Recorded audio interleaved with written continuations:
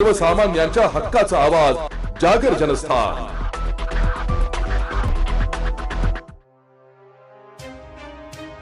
बहुप्रतीक्षित असलेल्या मनमाड इंदूर रेल्वे मार्गाला आता खऱ्या अर्थाने चालना मिळाली असून या रेल्वे मार्गासाठी आज भूसंपादन प्रक्रिया होणार होती।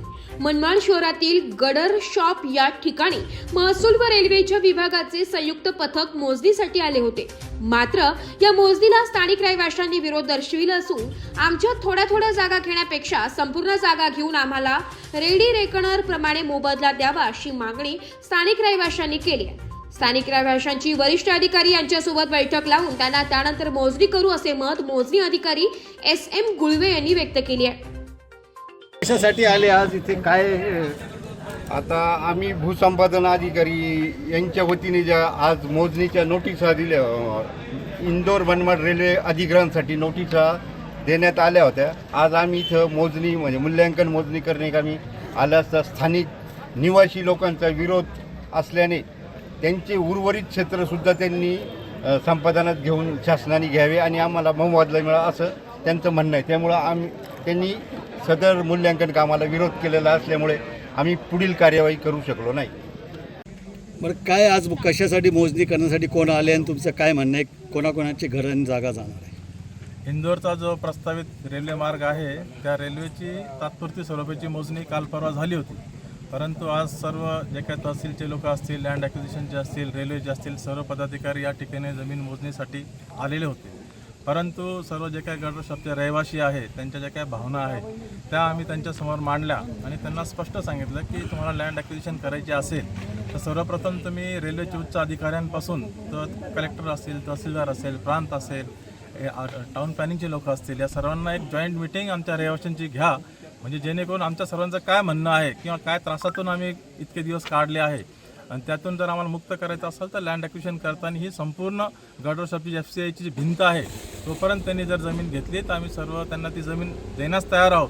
परंतु ते फक्त 20, 30, 40 किंवा अशी 100 फूट घेतील आणि उर्वरित जागा आम्हाला जायला यायला रस्ताही राहणार नाही किंवा वळणचा विषय आहे, जाण्याचा विषय आहे, अशा बऱ्याच गोष्टींसाठी सध्या आम्ही तात्पुरते त्यांना ही मोजणी स्थगित करण्यास भाग पाडला आहे आणि त्यांनी देखील आम्हाला सहकार्य करून मोजणी बंद केली आहे। ते काय किंमत ठरवली, काय असं नोटीसमध्ये काय म्हटलं? असं अजून कुठल्याच प्रकारचं त्यांनी आम्हाला काहीच सांगितलेलं नाही की काय रेडी रेकनरचे रेट आहे। त्यासाठीच आम्ही त्यांना सांगितले की तुम्ही रेडी रेकनरचे जे लोक असतील, कलेक्टरचे जे लोक असतील, मोबदला काय देणार आहोत, ज्याचे घरं जातील त्याला काय मोबदला भेटणार आहे, ज्याची कच्ची जमीन जाईल त्याला काय मोबदला भेटणार आहे, अशा सर्व बाबी जेव्हा सर्व लोकांना समजतील तेव्हाच कदाचित सर्व लोक एकमताने तयार होतील आणि ही जमीन देण्यास तयार होतील। तोपर्यंत मला नाही वाटत कोणी या ठिकाणी तयार होईल। किती लोकांना नोटीस आल्या आणि किती? सुमारे 600 लोकांना त्यांनी सध्या नोटिसा दिलेल्या आहे, परंतु बाधित जे आहे 200, 300, 400 लोक, तर त्यांना प्रामुख्याने जे पूर्वी कुटुंब एकत्रित होते त्यांची बरीचशी नावं आहे, बहिणींची नावं आहे, तरी 200-300 लोक आहे इथे घरं, सर्वांना त्या नोटिसा दिलेल्या आहेत त्यांनी।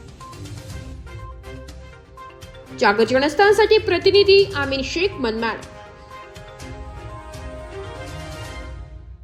एक बात कह दूं, ये वीडियो हर किसी के लिए नहीं है।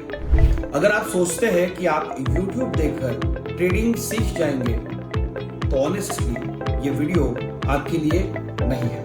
ट्रेडिंग सिर्फ एक बाय सेल का गेम नहीं है, यहाँ पर चाहिए डिसिप्लिन, रियल नॉलेज और पेशेंस। आपको नॉलेज रील्स से नहीं ट्रेनिंग से मिलता है और हम उन्हीं के लिए हैं जो ट्रेडिंग सीखना चाहते हैं।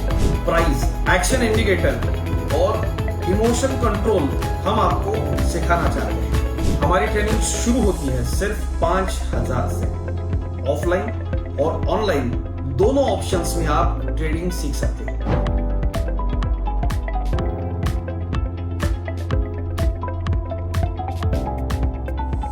अगर 5000 इन्वेस्ट करने में प्रॉब्लम है तो फिर ट्रेडिंग में करियर करने का आइडिया छोड़ दीजिए। अगर आप सीरियस हो, ट्रेडिंग के स्किल को बिल्ड करना है, साइड इनकम बनाना है, आपका फ्यूचर सिक्योर करना है, तो स्टॉल मत करो। फॉर्म भरिए, ट्रेनिंग लीजिए और सही तरीके से ट्रेडिंग के अपने स्किल्स को बेटर कीजिए। और स्क्रॉल करने वालों का क्या है, वो तो शॉर्टकट ढूंढ ही लेंगे, मार्केट उनका भी ख्याल रख लेंगे।